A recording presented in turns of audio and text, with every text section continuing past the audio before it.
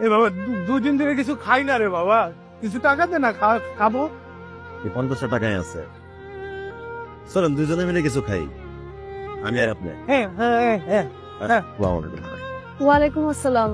আপনাকে পরশু আমার কলেজের সামনে দেখেছিলাম না? আপনি পড়াশোনা করেন নাকি? জি ম্যাডাম। ও, কোন সাবজেক্ট? ম্যাডাম আমি ওই বাংলা কলেজের রাষ্ট্রবিজ্ঞানে মাস্টার্স। ও আচ্ছা, আপনাকে যেখানে দেখেছিলাম আমিও ওই কলেজেরই শিক্ষার্থী, বাংলাদেশে বসে ছাত্র। ম্যাডাম তাহলে তো খুবই ভালো।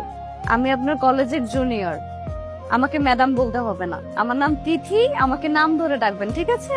শোন, ওই বজদুর কাছে তোর লাগে কিছু টাকা পাঠিয়ে দে। শোন, টাকার লেগে তুই একদম টেনশন করবি না, যখন যা লাগে আমারে করবি, আমি বাইসে আছি না, বিশেষ করে ওই তুই সালাম আলাইকুম। আপনাকে না বলেছি আমাকে ম্যাডাম বলবেন না, আমাকে তিথি বলে ডাকবেন। জি তিথি ম্যাডাম, কি বলবেন বলেন।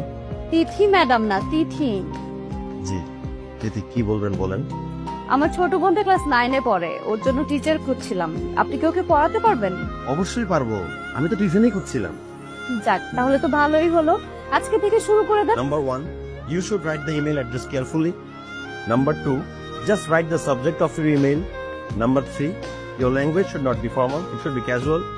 Number 4, you may attach files if needed. বুঝতে অসুবিধা হচ্ছে না তো? না স্যার, আমি বুঝতে পারছি। আচ্ছা স্যার, একটা কথা শুনবেন। বলো। আমার আপু না ইংরেজিতে খুব দুর্বল, আপুকে একটু ইংরেজি পড়াবেন। খুব পাফনামি হচ্ছে না? এই বুঝলো ভাই,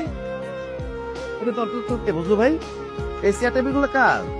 তুই নিচে বসে পড়াশোনা করিস, আমার না ভাল খায় না, এই জন্য ভাবলাম যে আমার ভাই টেবিল চেয়ারে বসে পড়াশোনা করছে। আর আজকে কিন্তু আপু বাসায় নেই। তো